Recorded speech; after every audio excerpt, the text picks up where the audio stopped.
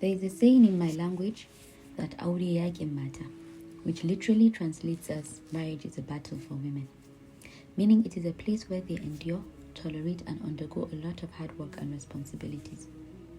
This refers to the normal average marriage where both partners are serving their duties. Now imagine if this marriage is a difficult one. It is not easy to concentrate on anything else. This is because marriage is a big part of our lives.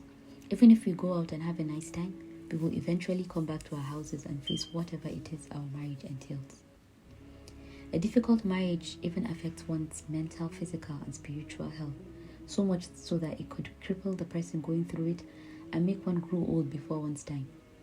The Prophet ﷺ used to make dua saying, Allahumma inni a'udhu bika min zawjin tushayyibuni qabla al-mashib, meaning, O Allah, I seek refuge in you from a spouse that would cause me grey hair before old age. A difficult marriage for a woman could be due to different reasons. For some, it could be the fact that their husbands are never present and the sole responsibility of raising the kids has been left to them, or their spouses are known womanizers. While for others, it could be having a very wicked and unforgiving spouse, or a spouse that can never be pleased. In essence, what one woman finds difficult is different from what the other might find difficult, thus making the difficult marriage struggle even more complicated. This is in addition to the fact that marriage, as we all know, is a commitment.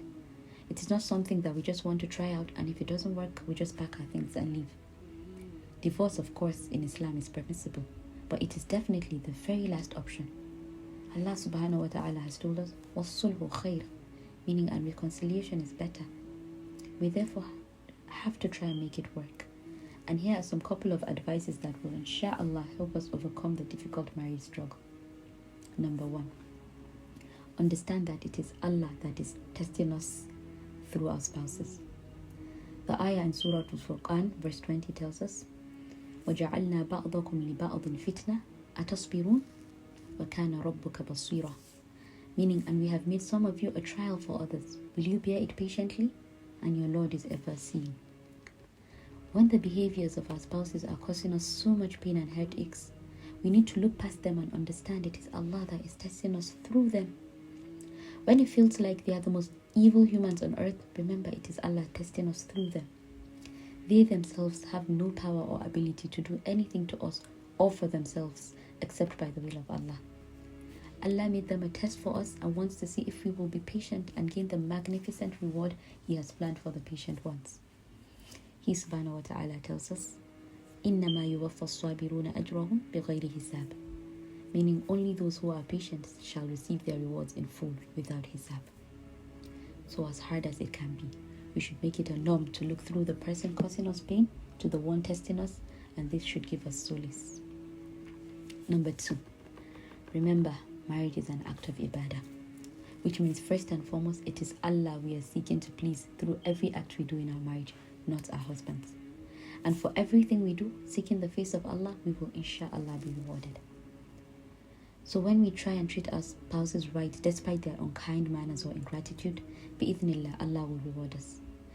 When we do what we are supposed to do as wives, even though our husbands fall short in theirs, Allah will be pleased with us so long as we do it seeking His countenance. When we frequently remind ourselves that our marriage is actually an act of ibadah, it helps to put things into the right perspective for us and motivate us to keep trying to do our ibadah in the right way despite everything. And when our intention is to please Allah, He will be pleased with us. And when Allah is pleased with us, He will cause not only our husbands but everyone else on earth to be pleased with us. The Prophet ﷺ told us in a hadith, if Allah loves a person, He calls Jibril saying, Allah loves so and so, O Jibril, love him, and make an announcement amongst the inhabitants of the heaven. Allah loves so and so, therefore you should love him also. And so all the inhabitants of the heaven will love him, and then he is granted the pleasures of the people on the earth. Allahu Akbar.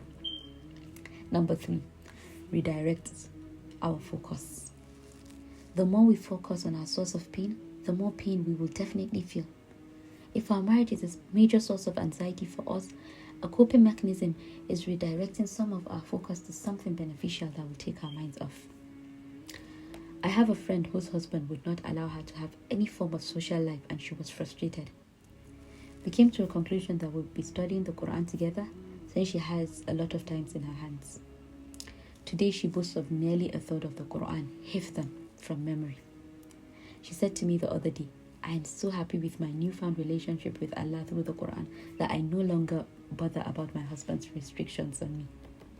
Notice, her husband did not change and still has not changed, but her focus has changed and all she wants now is to preserve her relationship with Allah. Number 4, dua. When we find ourselves in difficult marriages, let's not get tired but keep on asking Allah for help. Dua has the power to change the decree. The Prophet ﷺ said, nothing repels the divine decree but supplication, and nothing increases lifespan but righteousness. So let's continue to make dua with certainty. And even if that doesn't happen, Allah will certainly ease our affairs. We should never lose hope in the mercy of Allah, as that in of itself is a sin. But we should keep asking Him for His mercy through dua, especially those from the authentic sunnah. And lastly, number 5, seek help to better your marriage. Patient doesn't mean sit idle and doing nothing to remedy our situation.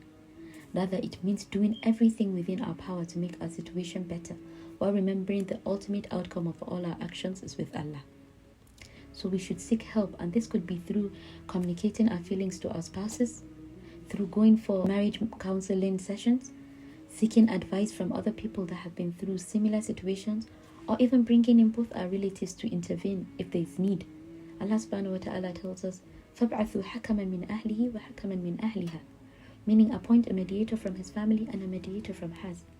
These are all permissible measures and should help, insha'Allah, in easing our affairs. May Allah relieve us of any difficulty we find ourselves in and grant us a home of everlasting ease at the end of it all. Ameen. If you have benefited from this video, please subscribe to our YouTube channel, The Dean Sisters, to help us make more videos. You can also get yourself or a loved one a valuable item from our charity shop from bit.ly/dscharity_shop. Jazakumullahu khairan.